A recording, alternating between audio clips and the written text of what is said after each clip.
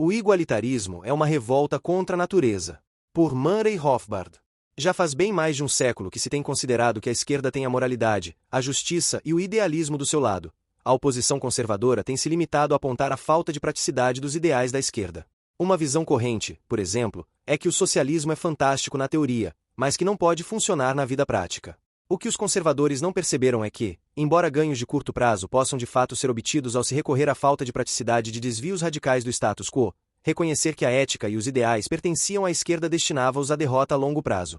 Afinal, se concede a ética e os ideais desde o início a um dos lados, então este conseguirá realizar mudanças graduais mas seguras em sua própria direção. E, à medida que essas mudanças se acumulam, o estigma da falta de praticidade torna-se cada menos relevante. A oposição conservadora, tendo apostado todas as fichas na base aparentemente firme da prática, isto é, do status quo, está fadada à derrota à medida que o status quo aproxima-se da direção da esquerda. O fato de que os stalinistas ultrapassados são universalmente tidos como os conservadores na União Soviética é uma feliz piada lógica sobre o conservadorismo, porque, na Rússia, os estatistas impenitentes são de fato os repositórios de uma praticidade ao menos superficial e de um apego ao status coexistente. Em nenhum lugar o vírus da praticidade se alastrou mais do que nos Estados Unidos, porque os americanos consideram-se um povo prático, e, assim, a oposição à esquerda, embora originalmente mais forte do que em outros países, talvez nunca tenha se mantido sobre bases menos firmes.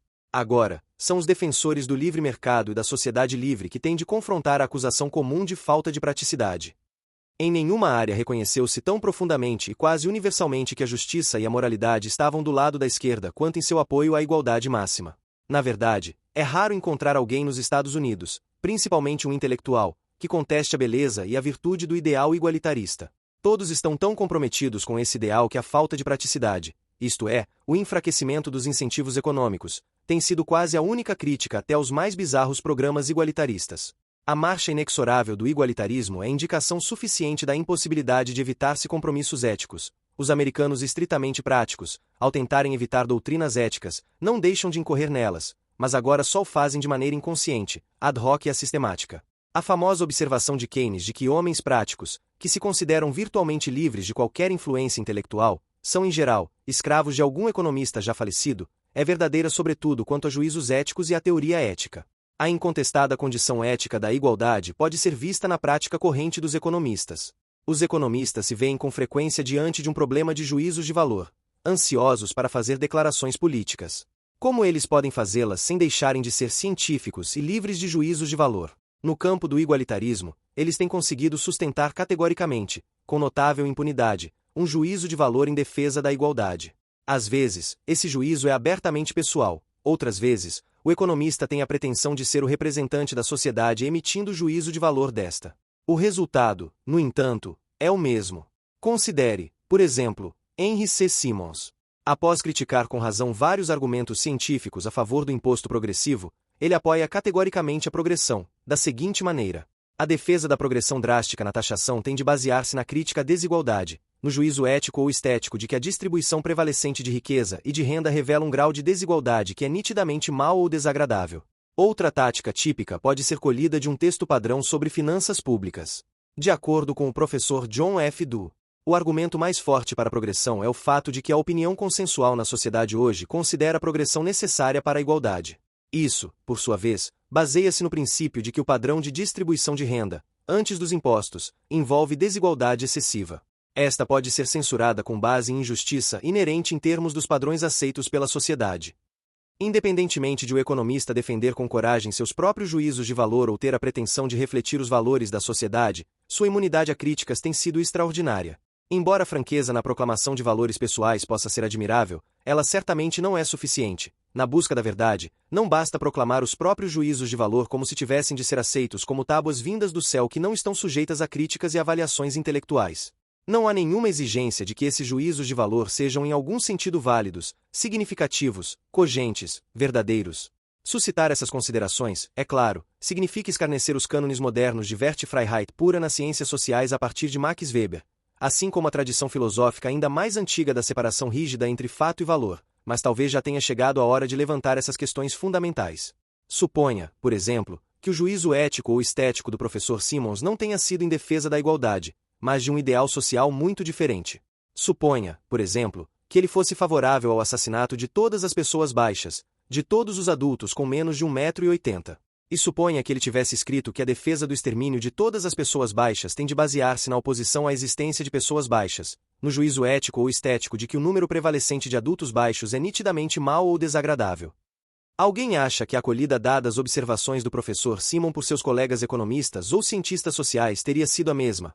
Ou podemos imaginar o professor Du escrevendo, de modo semelhante, em defesa da opinião na sociedade hoje na Alemanha dos anos de 1930 a respeito do tratamento social conferido aos judeus? O ponto é que, em todos esses casos, a condição lógica das observações de Simons ou de Du teria sido exatamente a mesma, embora sua acolhida pela comunidade intelectual americana fosse completamente diferente.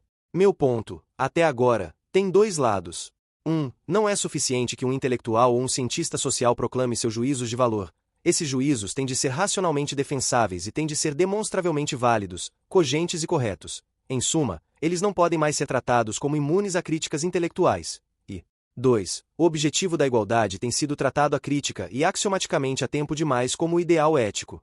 Assim, os economistas favoráveis a programas igualitaristas tipicamente pesam seu ideal incontestado contra possíveis efeitos desincentivadores sobre a produtividade econômica, mas o ideal em si raramente é questionado. Passemos, então, a uma crítica do ideal igualitarista em si. Deveríamos conferir à igualdade sua condição atual de ideal ético incontestado? Em primeiro lugar, temos de confrontar a própria ideia de uma separação radical entre algo que é verdadeiro na teoria mas inválido na prática. Se a teoria estiver correta, então ela funciona na prática. Se ela não funcionar na prática, então é uma teoria ruim. A separação tradicional entre teoria e prática é artificial e falaciosa. Mas isso é tão verdadeiro na ética quanto em qualquer outro campo. Se um ideal ético é inerentemente não prático, isto é, se ele não pode funcionar na prática, então é um ideal insatisfatório e deve ser rejeitado de imediato. Em termos mais precisos, se um objetivo ético viola a natureza humana ou o universo e, portanto, não pode funcionar na prática, então é um ideal ruim e deve ser rejeitado como um objetivo. Se o objetivo em si viola a natureza do homem, então também é uma má ideia trabalhar na direção daquele objetivo. Suponha, por exemplo, que todos os homens serem capazes de voar batendo os braços tenha sido adotado como um objetivo ético universal. Presumamos que se tenha reconhecido a beleza e a virtude do objetivo dos defensores do voo, mas que estes tenham sido criticados por serem não práticos. Mas o resultado é a desgraça social sem fim, na medida em que a sociedade não deixa de tentar se aproximar do voo braçal, e os defensores do voo desgraçam a vida de todos por serem frouxos ou pecadores o bastante para não se manterem fiéis ao ideal comum. A crítica apropriada aqui é contestar o objetivo ideal em si, salientar que o objetivo em si é impossível, dados a natureza física do homem e o universo, e assim, libertar a humanidade da escravidão a um objetivo inerentemente impossível e, portanto, mau. Mas esta libertação nunca poderia ocorrer enquanto os contrários ao voo braçal se mantivessem apenas no âmbito da prática e concedessem a ética e o idealismo aos apologistas do voo braçal. A confrontação tem de se dar na essência, na suposta superioridade ética de um objetivo disparatado. O mesmo vale, eu sustento, para o ideal igualitarista, exceto que suas consequências sociais são muito mais nocivas do que as de uma busca incansável do voo humano autônomo. Porque a condição de igualdade provocaria danos muito mais graves sobre a humanidade. O que, de fato, é a igualdade? O termo tem sido muito invocado mas pouco analisado. A e B são iguais se são idênticos um ao outro quanto a uma característica dada. Assim, se Smith e Jones têm exatamente 1,80 m de altura, então pode-se dizer que são iguais em altura. Se duas estacas são idênticas em comprimento, então seus comprimentos são iguais, e etc. Existe uma e apenas uma maneira, portanto, pela qual duas pessoas podem ser iguais no sentido mais puro. Elas têm de ser idênticas em todas as suas características. Isso significa, é claro, que a igualdade de todas as pessoas, o ideal igualitarista, só pode ser alcançada se todas as pessoas forem exatamente uniformes, exatamente idênticas quanto a todas as suas características. O mundo igualitário seria necessariamente um filme de terror, um mundo de criaturas sem rosto e idênticas, desprovidas de toda individualidade, variedade ou criatividade particular. Na verdade, é exatamente nas obras de ficção de terror que as implicações lógicas de um mundo igualitário são apresentadas sem retoques. O professor Schweck ressuscitou para nós o retrato daquele mundo no romance britânico distópico, Facial Justice, de L. P. Hartley, em que a inveja é institucionalizada pelo Estado, que garante que os rostos de todas as meninas sejam lindos na mesma medida por meio de cirurgias plásticas realizadas tanto nas meninas bonitas quanto nas feias, para nivelar a beleza de seus rostos segundo um denominador comum universal. Um conto de Kurt Vonnegut oferece uma descrição ainda mais completa de uma sociedade inteiramente igualitária. Vonnegut começa o conto Harrison Bergeron da seguinte maneira.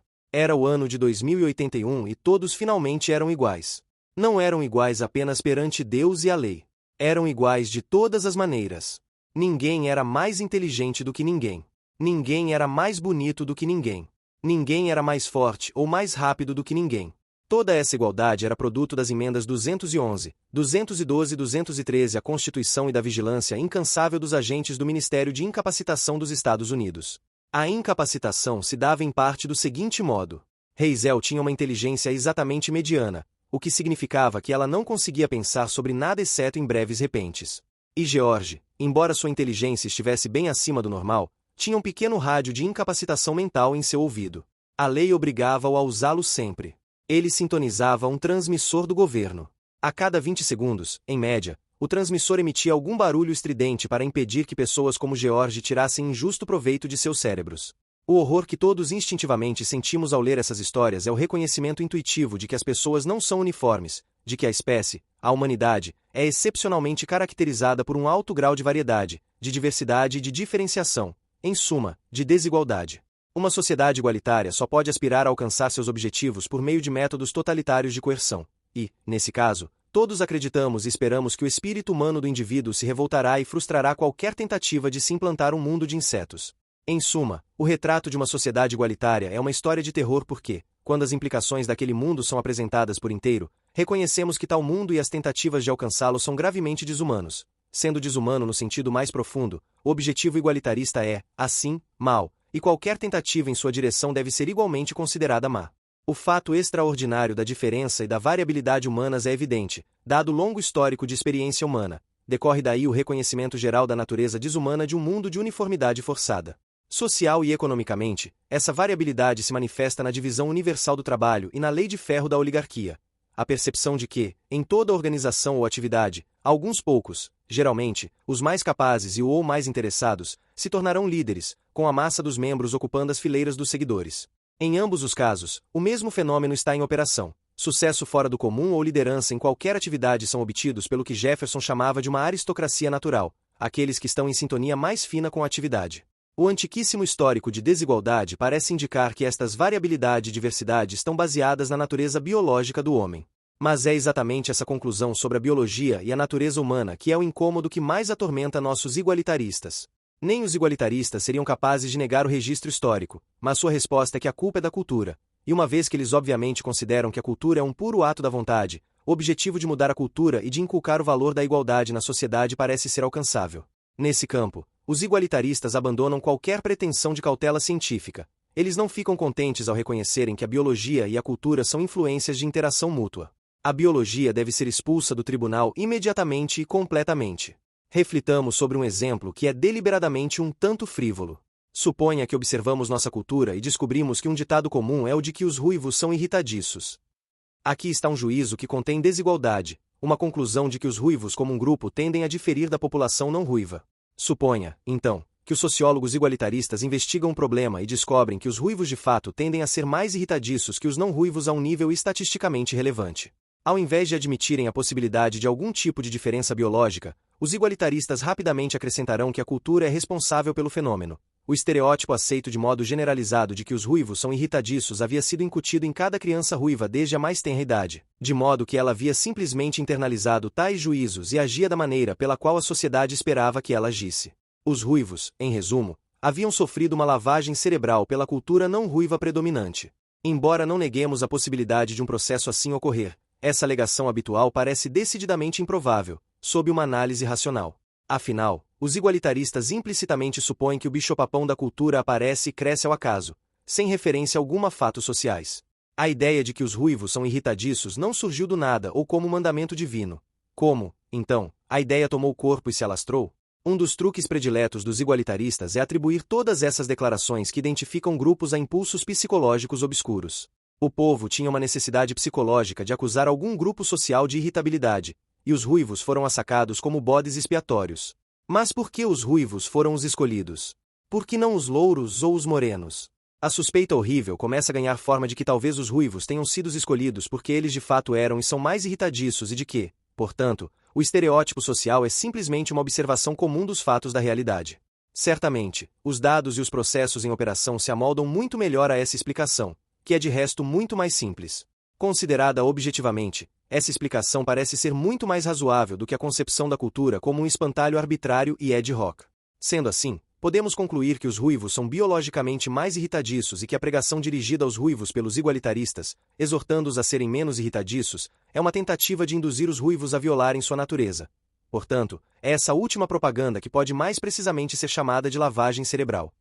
Isso não quer dizer, é claro, que a sociedade nunca possa cometer um erro e que seus juízos de identidade de grupo estejam sempre baseados em fatos. Mas me parece que o ônus da prova repousa muito mais nos ombros dos igualitaristas do que dos seus oponentes supostamente não esclarecidos.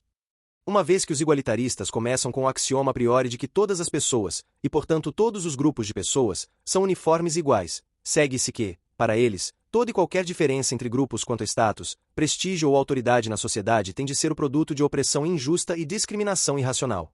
Provas estatísticas da opressão sobre os ruivos seriam apresentadas de uma maneira muito familiar na vida política norte-americana.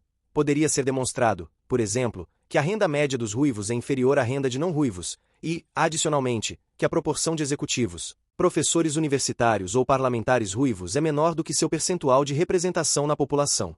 A manifestação mais recente e proeminente desse tipo de pensamento aritmético se deu no movimento McGovern, na Convenção Democrata de 1972. Alguns grupos são apontados como vítimas de opressão devido ao número de delegados presentes em convenções anteriores ter ficado aquém de seu percentual de participação na população como um todo. Em especial, mulheres, jovens, negros, chicanos, aqueles vindos do terceiro mundo, foram intitulados vítimas de opressão. Em consequência, o Partido Democrata, sob a orientação do pensamento aritmético dos igualitaristas, passou por cima da escolha dos eleitores a fim de impor a devida cota de representação daqueles grupos. Em alguns casos, o rótulo de opressão foi uma construção quase grotesca. O fato de os jovens de 18 a 25 anos de idade terem sido subrepresentados poderia ter sido colocado em uma perspectiva apropriada por um reductio ad absurdum. Certamente, algum exaltado reformista seguidor de McGovern poderia ter se levantado para lamentar a grave subrepresentação das crianças de 5 anos na convenção e para exigir que o bloco das crianças de 5 anos recebesse imediatamente o que lhe era devido. É uma consideração biológica e social marcada pelo bom senso perceber que os jovens abrem seu caminho pela sociedade por meio de um processo de aprendizagem. Os jovens sabem menos e têm menos experiência do que os adultos maduros, e assim, deveria ser claro porque eles tendem a ter menos status e autoridade do que os mais velhos. Mas aceitar isso implicaria lançar dúvidas substanciais sobre o credo igualitarista. Além disso, contrariaria o culto à juventude que é, há muito tempo um problema grave da cultura norte-americana. E assim os jovens foram devidamente intitulados uma classe oprimida, e a imposição de sua proporção na população é concebida apenas como justa reparação por sua anterior condição de explorados.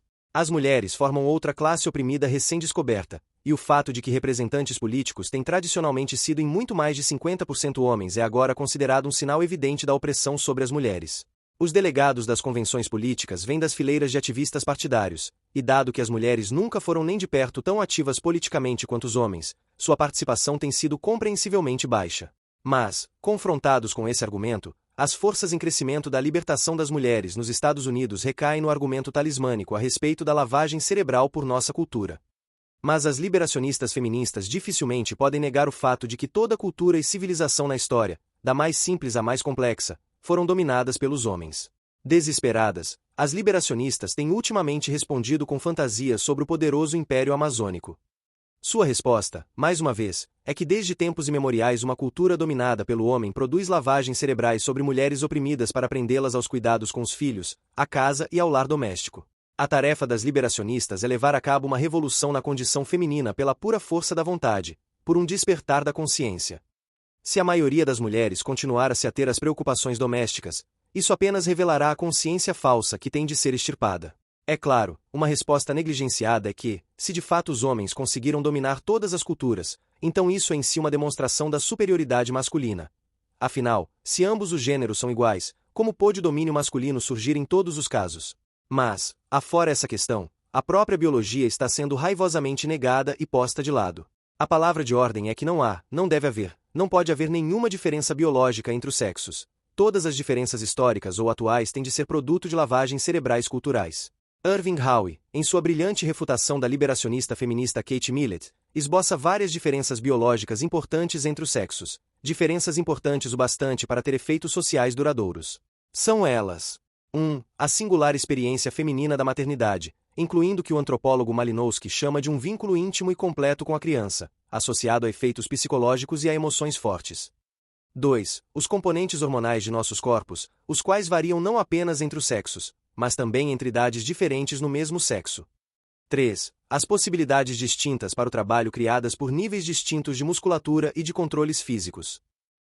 4. As consequências psicológicas de posturas e possibilidades sexuais diferentes, em especial a distinção fundamental entre papéis sexuais ativos e passivos determinados biologicamente no homem e na mulher, respectivamente.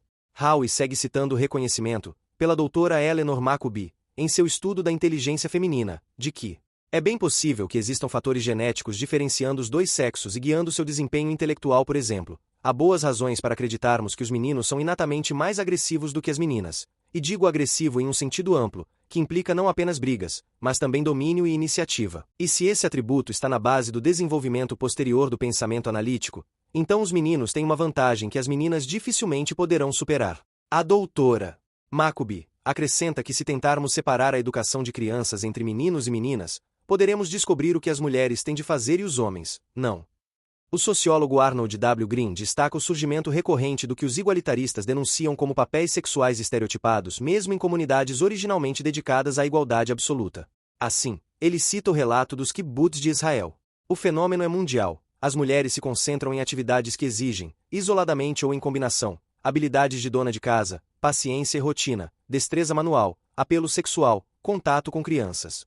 A generalização mantém-se de pé nos kibbutz de Israel, com seu firme ideal de igualdade sexual. Uma regressão a uma separação entre trabalho para mulheres e trabalho para homens ocorreu na divisão do trabalho, chegando-se a um estado de coisas que espelha o de outros lugares. O kibbutz é dominado por homens e por atitudes masculinas tradicionais, em equilíbrio ao conteúdo de ambos os sexos.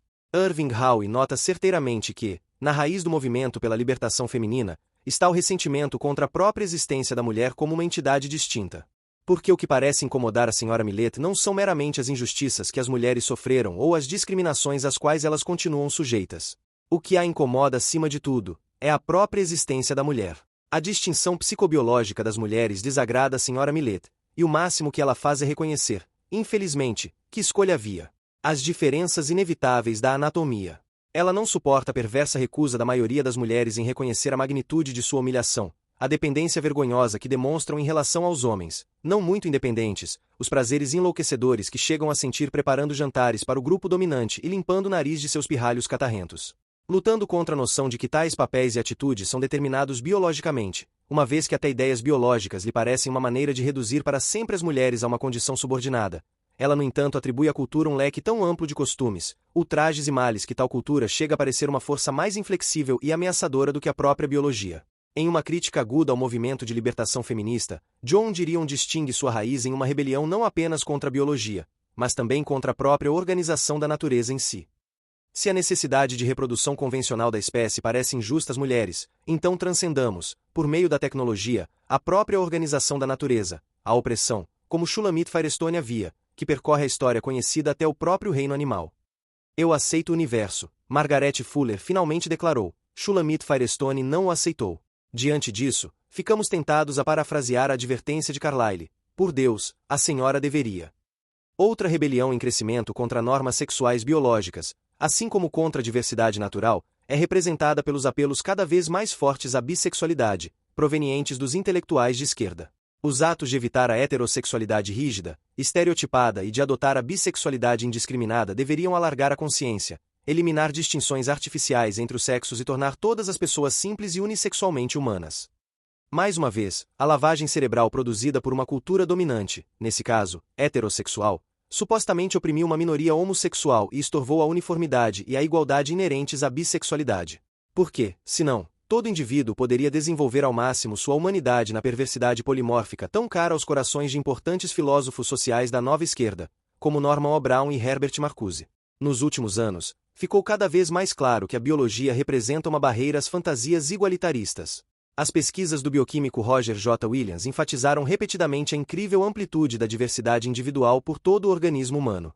Nesse sentido, os indivíduos diferem um do outro até nos detalhes mais minuciosos da anatomia e da química e física corporais, nas digitais dos dedos das mãos e dos pés, na textura microscópica do cabelo, no padrão de pelos do corpo, nos sulcos das mãos, na espessura da pele, sua cor, sua tendência a ficar com bolhas, na distribuição de terminações nervosas pela superfície do corpo, no tamanho e formato das orelhas, dos canais auditivos ou dos canais semicirculares, no comprimento dos dedos, no caráter das ondas cerebrais, pequenos impulsos elétricos emitidos pelo cérebro, no número exato de músculos no corpo, na atividade cardíaca, na força dos vasos sanguíneos, nos grupos sanguíneos, na taxa de coagulação do sangue, e assim por diante, quase ad infinitum. Já sabemos bastante sobre como a hereditariedade funciona e sobre como é não apenas possível, mas certo que cada ser humano possua, por hereditariedade, um mosaico extraordinariamente complexo, composto por milhares de itens, que é característico apenas dele. A base genética da desigualdade de inteligência também ficou cada vez mais evidente, apesar das ofensas emotivas lançadas sobre esses estudos tanto por cientistas quanto pelo público leigo. Estudos de gêmeos idênticos criados em meios contrastantes estão entre as maneiras pelas quais se chegou a tal conclusão, e o professor Richard Hershtin estimou recentemente que 80% da variabilidade na inteligência humana tem origem genética. Hershtin conclui que qualquer tentativa política de proporcionar ambientes iguais para todos os cidadãos apenas intensificará o grau de diferenças socioeconômicas provocadas pela variabilidade genética. A revolta igualitarista contra a realidade biológica, por mais significativa que seja, é apenas um subconjunto de uma revolta mais ampla, contra a estrutura ontológica da própria realidade, contra a própria organização da natureza, contra o universo como ele é. No cerne da esquerda igualitarista, está a crença patológica de que não existe nenhuma estrutura da realidade, de que todo mundo é uma tábula rasa que pode ser modificada a qualquer momento e em qualquer direção desejada pelo mero exercício da razão humana. Em suma, de que a realidade pode ser instantaneamente transformada pelo mero desejo ou capricho dos seres humanos. Certamente, esse tipo de pensamento infantil está no cerne do apelo apaixonado de Herbert Marcuse à negação por completo da estrutura existente da realidade e à sua transformação no que ele reputa ser seu potencial verdadeiro. Em nenhum lugar o ataque esquerdista à realidade ontológica se mostra mais nítido do que nos sonhos utópicos de como a futura sociedade socialista será. No futuro socialista de Charles Fourier, de acordo com Ludwig von Mises, todas as feras perigosas terão desaparecido, e, em seu lugar, estarão animais que ajudarão o homem em suas atividades, ou mesmo farão seu trabalho por ele. Um anticastor cuidará da pesca, uma antibaleia empurrará os barcos em uma calmaria, um antihipopótamo rebocará os barcos fluviais. Ao invés do leão, haverá um antileão, um corcel de agilidade fabulosa, sobre cujo dorso o homem sentará tão confortavelmente quanto em uma carruagem bem arqueada. Será um prazer viver em um mundo com servos assim. Adicionalmente, de acordo com Fourier, os próprios oceanos conteriam limonada, em vez de água salgada. Fantasias igualmente absurdas estão na raiz da utopia marxista do comunismo. Libertadas das supostas amarras da especialização e da divisão do trabalho, o cerne de qualquer produção superior ao nível mais primitivo e, portanto, de qualquer sociedade civilizada, todas as pessoas na utopia comunista desenvolveriam ao máximo seus potenciais em qualquer direção. Como Engels escreveu em seu Anti-Doing, o comunismo daria a cada pessoa a oportunidade de desenvolver e exercitar todas as suas faculdades, físicas e mentais, em todas as direções. E Lenin ansiava, em 1920, pela abolição da divisão do trabalho entre as pessoas, a educação, o ensino e o treinamento das pessoas com um desenvolvimento completo e um treinamento completo, pessoas capazes de fazer tudo. O comunismo está marchando e tem de marchar rumo a esse objetivo, e vai alcançá-lo. Em sua crítica mordaz da visão comunista, Alexander Gray ataca que todas as pessoas possam ter a oportunidade de desenvolver todas as suas faculdades, físicas e mentais, em todas as direções, é um sonho que animará a visão apenas dos simples de espírito, alheios às restrições impostas pelos limites estreitos da vida humana. Porque a vida é uma série de atos voluntários, e cada escolha é ao mesmo tempo uma renúncia.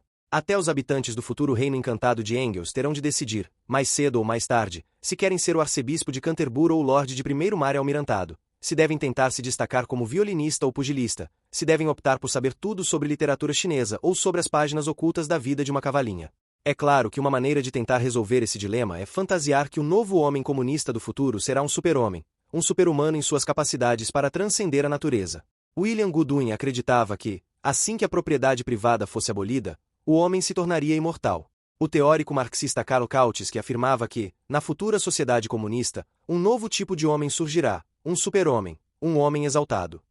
E Leon Trotsky profetizava que, sob o comunismo, o homem se tornará incomparavelmente mais forte, mais inteligente, superior. Seu corpo, mais harmonioso, seus movimentos, mais rítmicos, sua voz, mais musical. A média humana se elevará ao nível de um Aristóteles, de um Goethe, de um Marx. Acima dessas alturas, novos picos surgirão. Começamos considerando a visão habitual de que os igualitaristas, apesar de um quê de falta de praticidade, têm a ética e o idealismo moral do seu lado. E encerramos com a conclusão de que os igualitaristas, embora inteligentes como indivíduos, negam o próprio fundamento da inteligência humana e da razão humana. A identificação da estrutura ontológica da realidade, das leis da natureza humana e do universo. Ao fazerem isso, os igualitaristas estão agindo como crianças terrivelmente mimadas, negando a estrutura da realidade em prol da materialização rápida de suas próprias fantasias absurdas.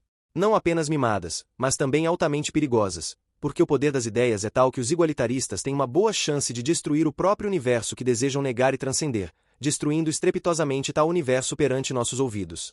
Uma vez que sua metodologia e seus objetivos negam a própria estrutura da humanidade e do universo, os igualitaristas são profundamente anti-humanos. E, portanto, sua ideologia e suas atividades também podem ser taxadas de profundamente más. Os igualitaristas não têm a ética do seu lado, a não ser que se sustente que a destruição da civilização, e até da própria raça humana, possa ser engalanada com a coroa de louros de uma moralidade elevada e louvável. Para mais artigos como este, visite mises.org.br.